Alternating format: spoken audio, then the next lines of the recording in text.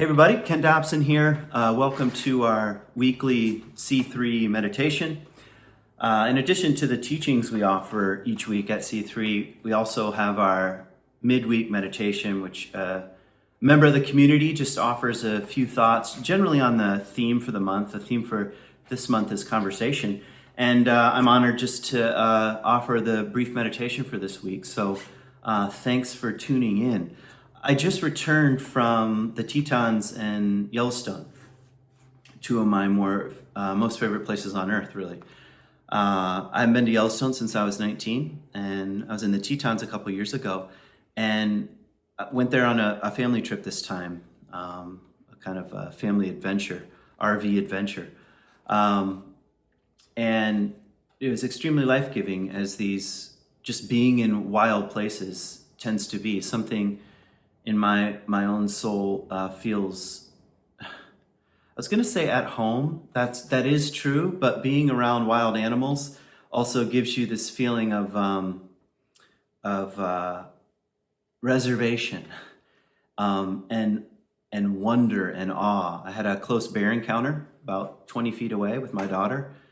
I heard it first, and I thought it was probably a moose, because I was in sort of a busy area in the Tetons, and we were all hiking together, the whole family, but I'd heard sort of like a crash in the woods, and so I moved toward it, and my brother-in-law was with me. He's like, "I think it's a fox," and I came around the corner, and it was a huge grizzly bear, about chest deep in the grass, just looking at me.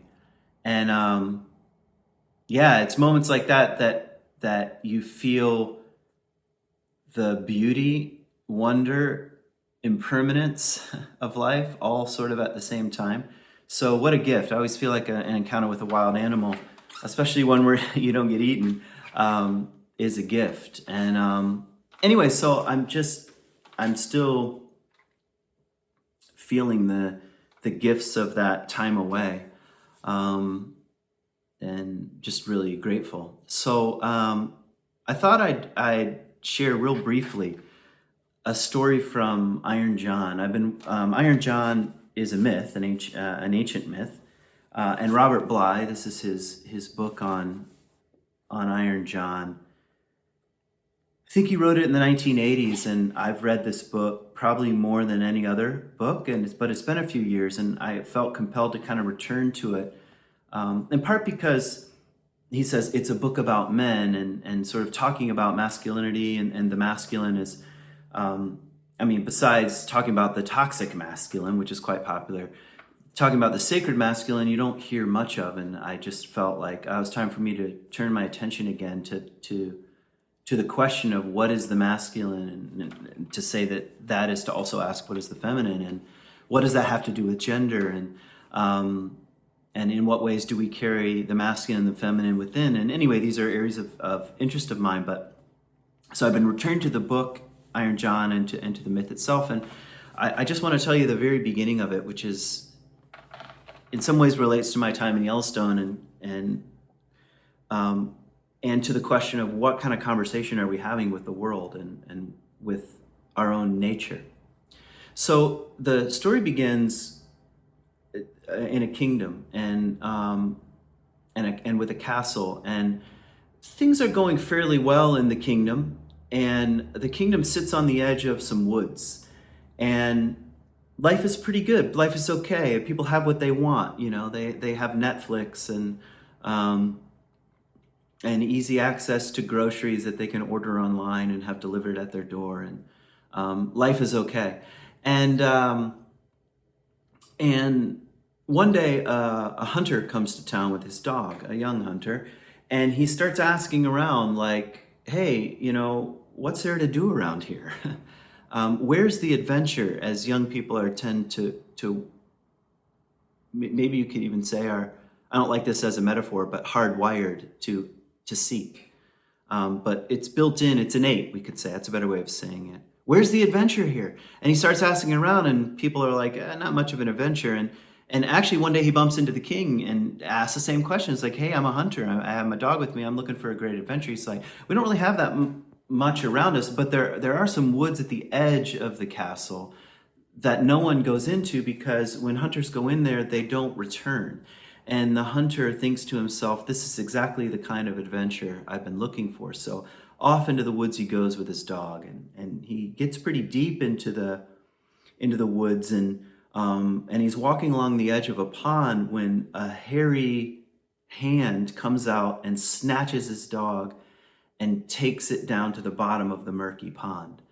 And the hunter thinks to himself, this must be the place. This must be the place. This is why there are no trespassing signs on the edge of the woods. And this is why people say, don't go into the woods.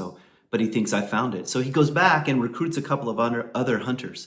And they come out with buckets, and bucket by bucket, very, very slowly. Maybe this takes a week. Maybe it takes 2 weeks. Maybe it takes 2 years. Maybe it takes 6 years. I don't know. Who knows for sure? Time gets mysterious in the woods. And bucket by bucket, they take the water out of the pond until at the very bottom they find a wild, hairy, rusty-colored beast of a man at the bottom of the pond. And they take him and they bring him back to the castle. And the king is excited because this is the kind of thing, apparently, that's been snatching the hunters. And so the king locks him up, which is what kings tend to do with hairy creatures.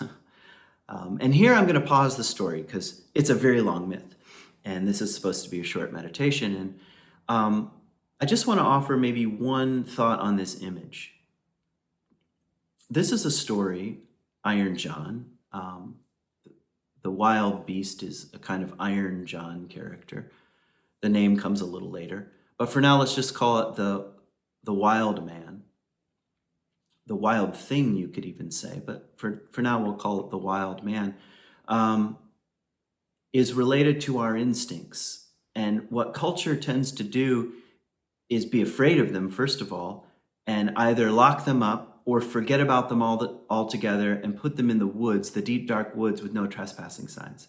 And the story is saying something like, if you want to grow up, if the kingdom itself wants to experience a kind of vitality and fullness, somebody's got to go into the woods in search of the instincts, of the wildness, of the natural being. Something of my own wild nature, which has evolved next to bears, we could say, and in woods and forests for 20,000 years or 2 million years.